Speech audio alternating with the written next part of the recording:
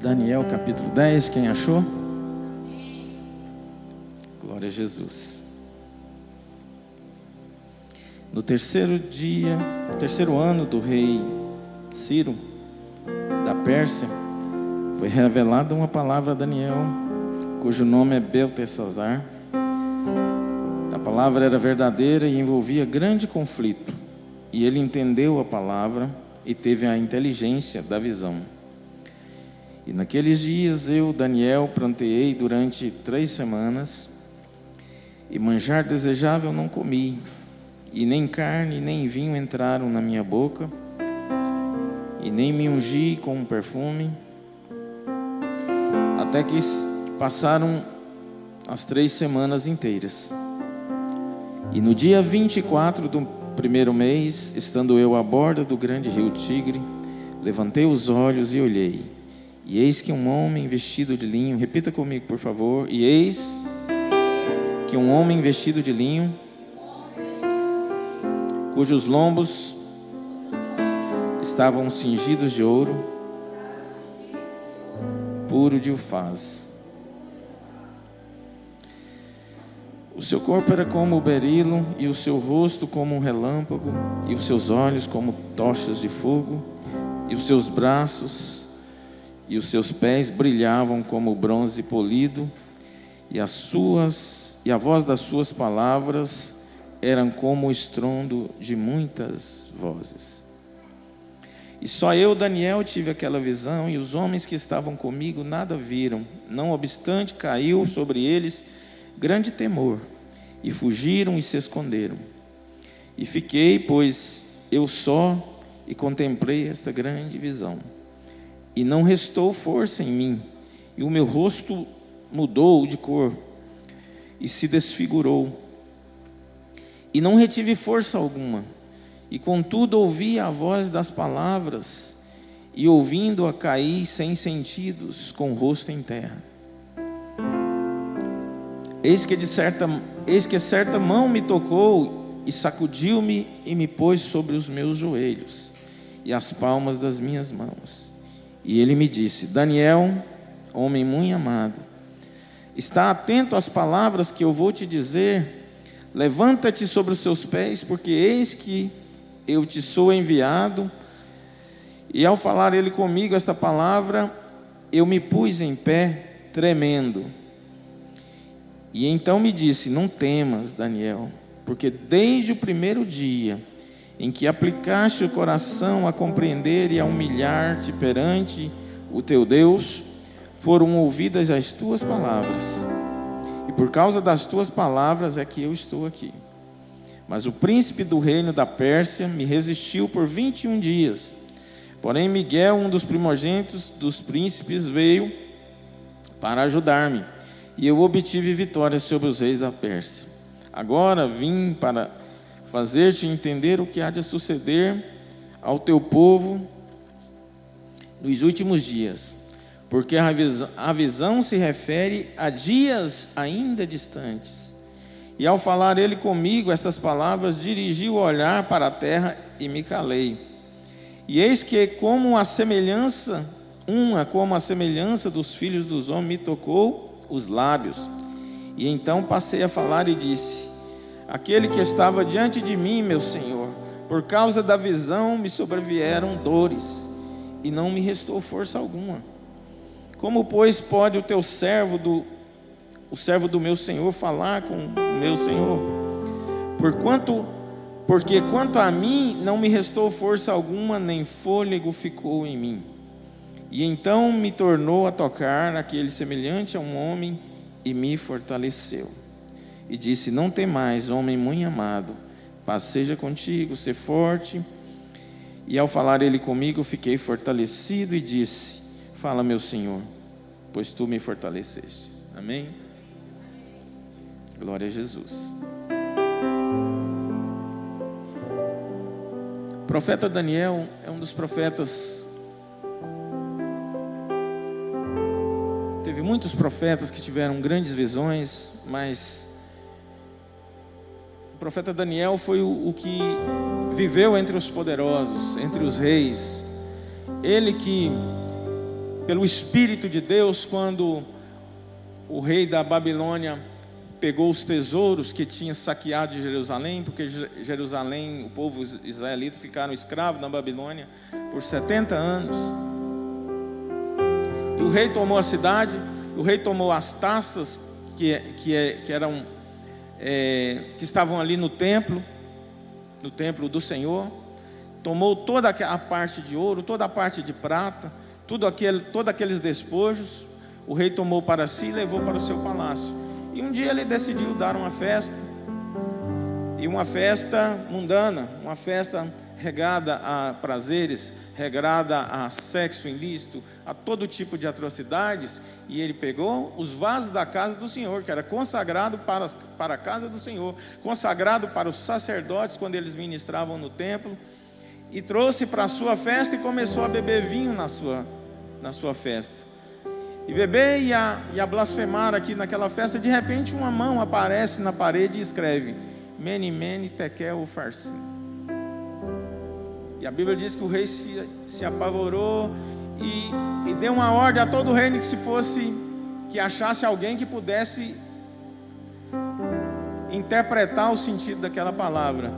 E Daniel foi achado entre os sábios de Babilônia. Ele era israelita, mas ele foi levado cativo, e por 70 anos ele permaneceu ali, e foi o único, pelo Espírito de Deus, que conseguiu decifrar aquela frase na parede, Gabriel. Porque quando Deus escreve, somente os filhos dele podem entender. Trouxeram os sábios, trouxeram os magos, trouxeram todo tipo, demônio nenhum, sábio nenhum, ciência nenhuma era capaz de traduzir aquela palavra. Mas o Espírito de Deus que estava sobre a vida de Daniel revelou aquela palavra ao rei. E a Bíblia diz que naquela mesma noite o rei foi tomado o reino. Eles invadiram a cidade por detrás onde saíam as águas. Eles conseguiram entrar, invadiram a cidade e foi tomado.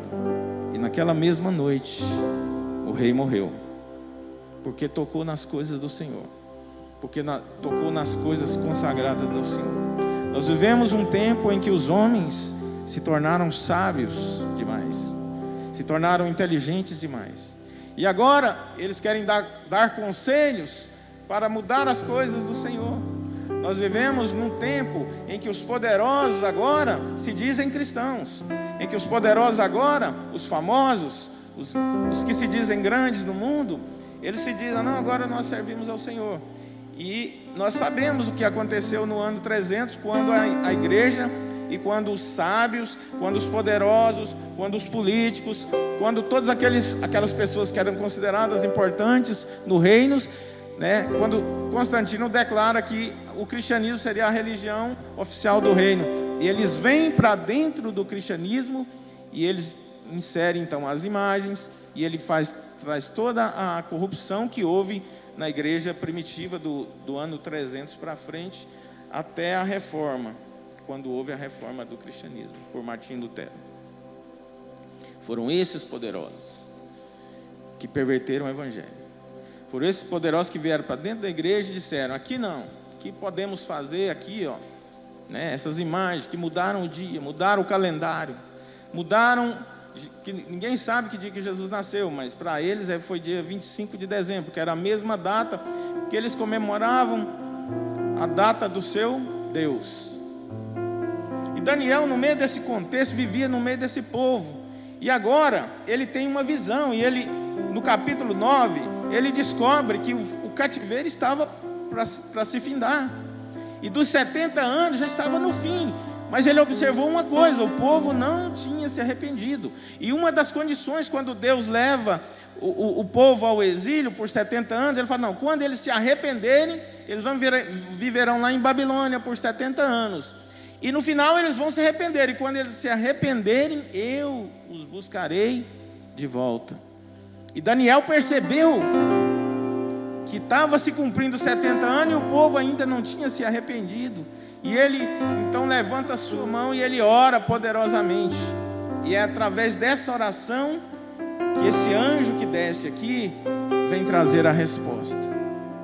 Quando ele ora, e ele pede perdão pelas suas iniquidades, pede perdão para a iniquidade do seu povo, pela iniquidade dos seus sacerdotes, dos seus líderes, e ele começa então a fazer essa oração. E a Bíblia diz que a resposta sai, ele por 21 dias ele jejuma, e ele não come carne, ele não come manjar nenhum, e não bebe vinho, e por 21 dias ele está entristecido, nem perfume no seu corpo ele passa. E só esperando aquela visão. Mas quando o anjo chega, ele diz: no primeiro dia que você começou, a resposta já tinha saído de lá. Mas por 21 dias ele permaneceu entristecido, sem comer e esperando uma resposta.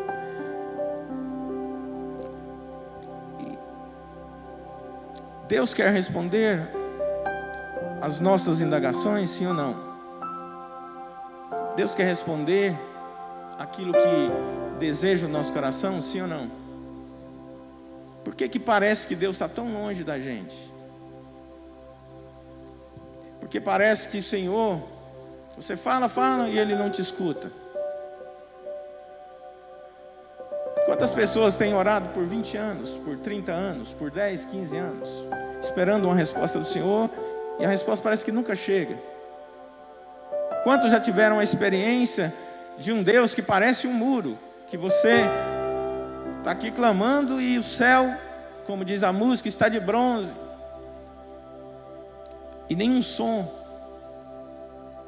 nenhuma resposta?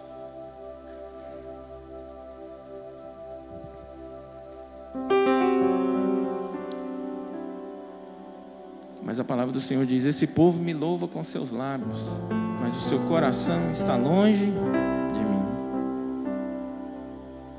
Não haverá resposta, porque o povo ainda não se humilhou. Quando Daniel se preocupa, ele vê o povo fazendo as mesmas coisas, praticando as mesmas coisas que fizeram há 70 anos atrás. Em Jeremias, no capítulo 29, a Bíblia fala assim: vocês vão para o cativeiro, vão ficar 70 anos lá. E não adianta clamar não, nesses 70 anos, pode orar que eu não vou responder. É uma sentença, foi uma sentença. Mas agora, cumprindo os 70 anos, no final dos 70 anos, e eles ainda continuam fazendo as velhas coisas, indo para os mesmos lugares, praticando as mesmas coisas, sem se arrepender, sem se voltar ao Deus Altíssimo. Pastor, se eu estivesse lá, eu teria entendido a profecia, e eu estaria como Daniel, me humilhando diante do Senhor. Será? Tem uma profecia para nós. No mundo tereis aflições, tem de bom ânimo, eu venci, vocês vencerão também. O fim está próximo. Tem a profecia da parábola das 10 virgens, que 5 tinha azeite.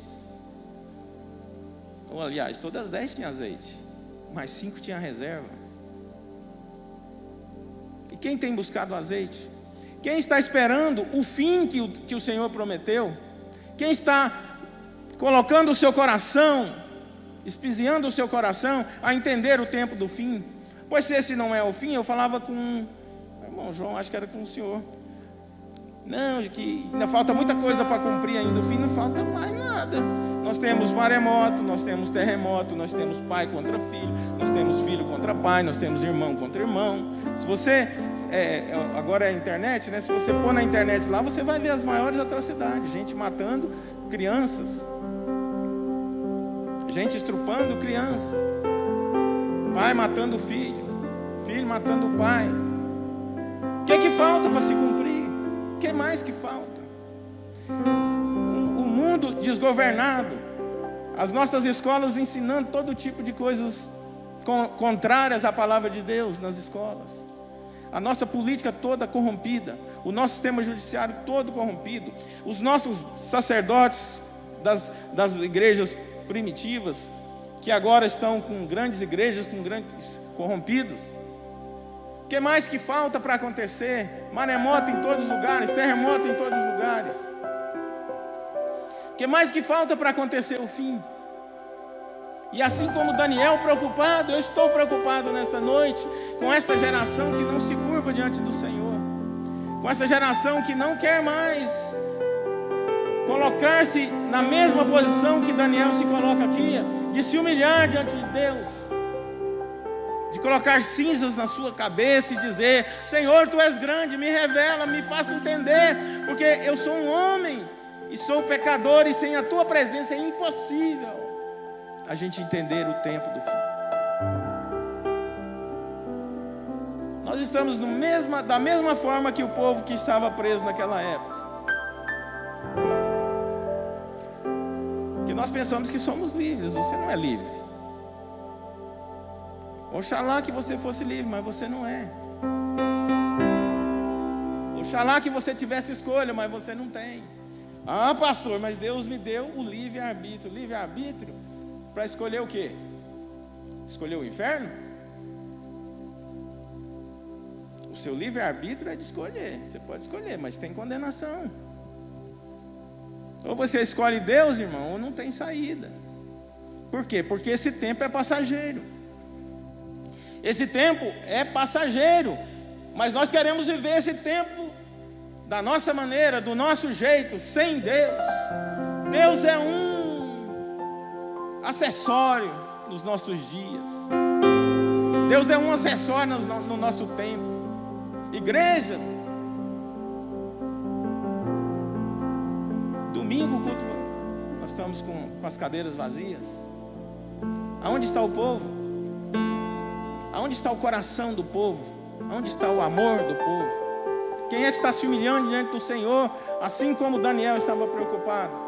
Está chegando o tempo, está chegando a hora, e o povo está vivendo da mesma forma, do mesmo jeito, na mesma condição. Era essa a preocupação de Daniel.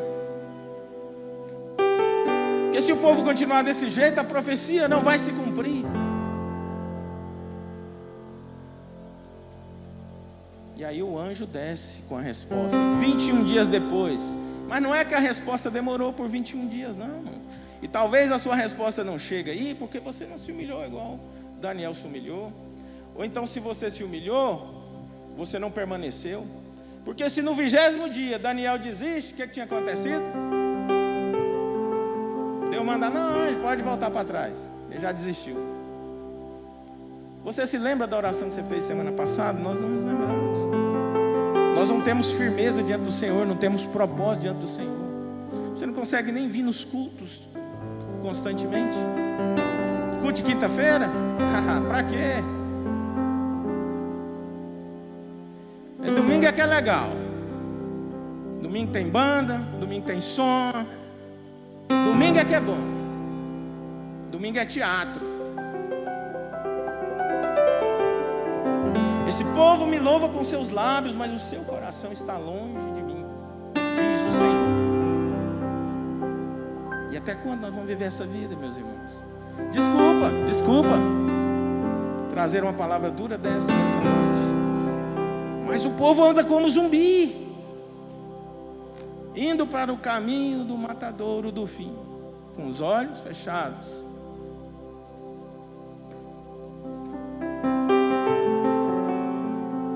Meu Deus,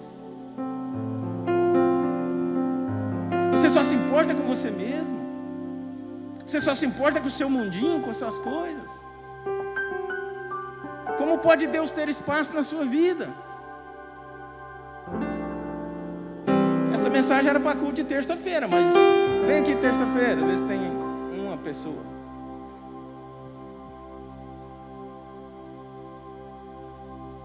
Pastor, o povo vai tudo embora. Eu falei: o que aconteceu com Jesus? Eu não sou Jesus não, eu sou cheio de falha. Mas Jesus não tinha medo de falar a palavra. E eu nem ia pregar desse jeito aqui, ó. Eu ia contar a visão, contar que Deus te responde, já está aí.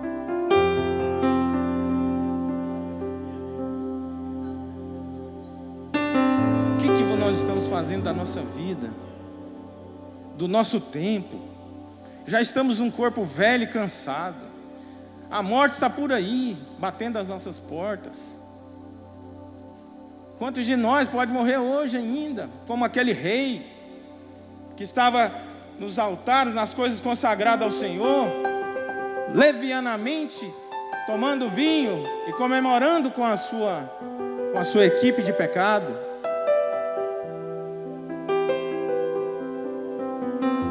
Chama nós para um retiro, nós vamos todo mundo, não falta um. Chama para comer carne assada, banhar de piscina, todo mundo. Chama para ler a Bíblia. Quem leu a Bíblia hoje? Não vou nem levantar a mão não, por favor.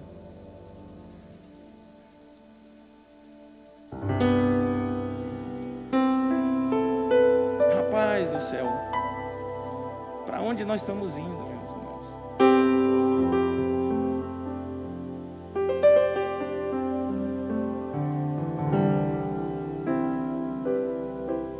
O que nós queremos do Evangelho? Que Evangelho é esse tão superficial, meus irmãos? Esse não é o Evangelho de Jesus, não é. É o Evangelho segundo a nós mesmos. Porque o Evangelho de Jesus é cruz, é entrega.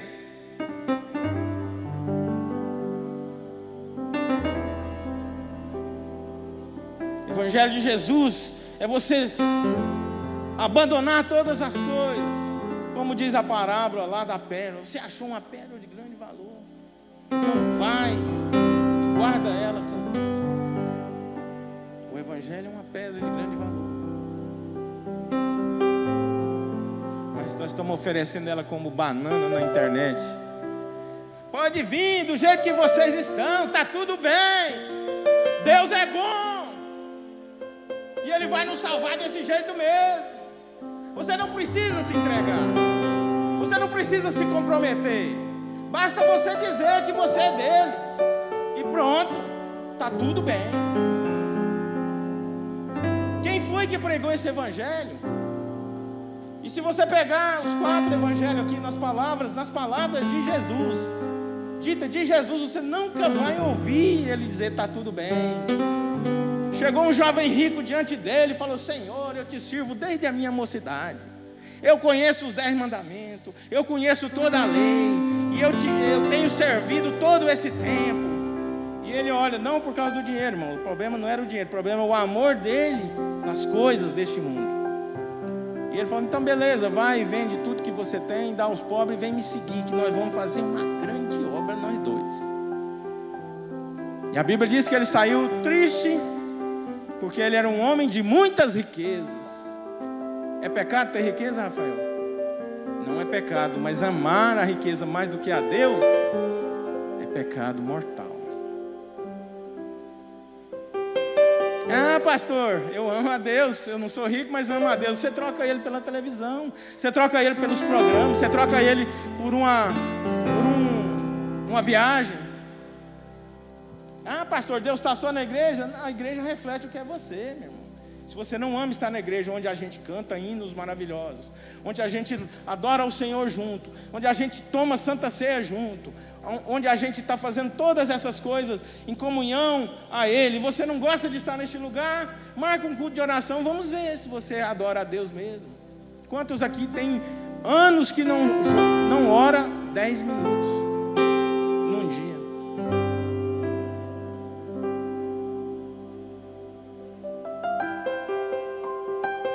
Dizemos que amamos a Deus.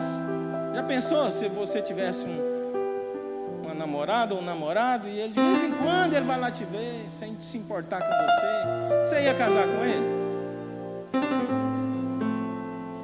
Pois a Bíblia diz que você é a noiva dele, a noiva displicente, a noiva que tem azeite, porque ele está aqui te dando azeite nessa noite, mas não tem reserva, que quando ele chamar, que ele vai vir na escuridão desse mundo, na escuridão do pecado que nós já estamos vivendo neste mundo, e ele vai chamar e dizer: eis o noivo, chegou o noivo. E aí elas vão acordar, todas as 10 estavam dormindo,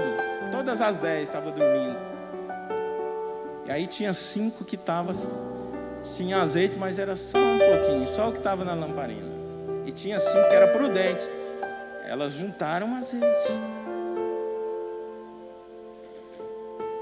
Então nós precisamos, o que é importante na sua vida? O que é importante de verdade? Nós estamos vivendo os nossos filhos são criados na frente da televisão ou do celular desse jeito aqui. Importante para eles é aquela coisa virtual, aquele mundo virtual. A televisão está criando os nossos filhos, a internet está criando nossos filhos. Bíblia, eles não sabem o que é isso. Ah não, pastor, a Bíblia está dentro. A Bíblia no celular é subterfúgio, porque quando você pega a Bíblia, desculpa irmãos, você pega a Bíblia, um livro santo, e aí você põe dentro de um aparelho que você vê pornografia nele, que você tem conversas imorais nele com outras pessoas, que você tem todo tipo de... E aí a Bíblia está lá no meio. Que Bíblia é essa, irmãos?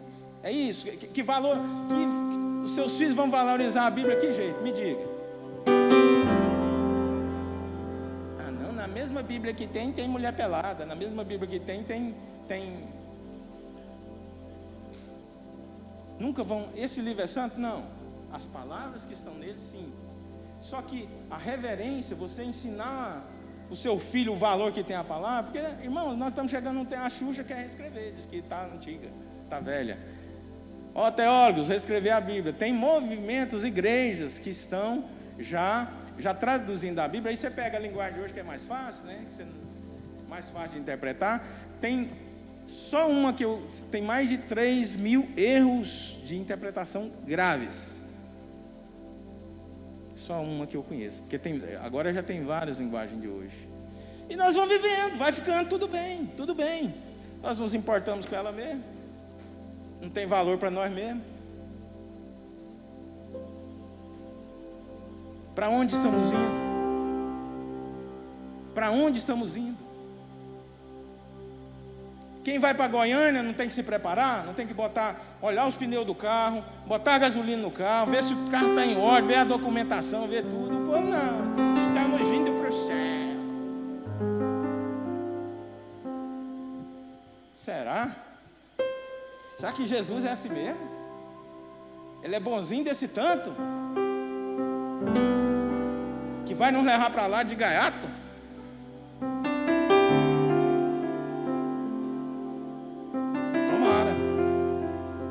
Vai pouca gente. Você se compromete com seu filho, você se compromete com você se compromete com seus parentes, com seus amigos, com as suas viagens, com seus negócios. Você tem tempo demais que você tem que ir.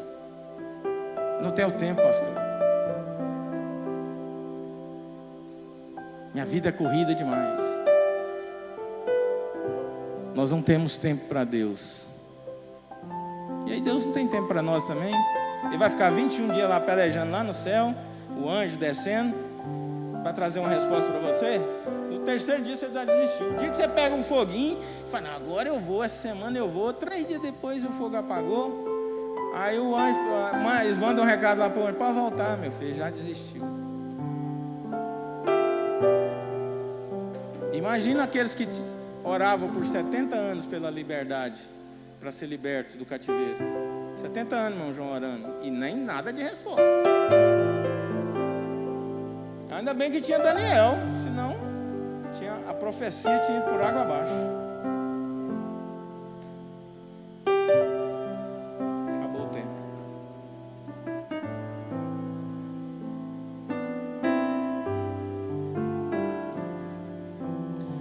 Tu que estás assentado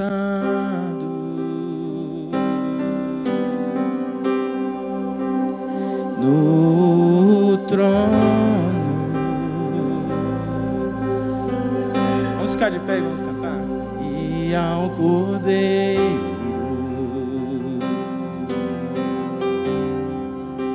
seja o louvor,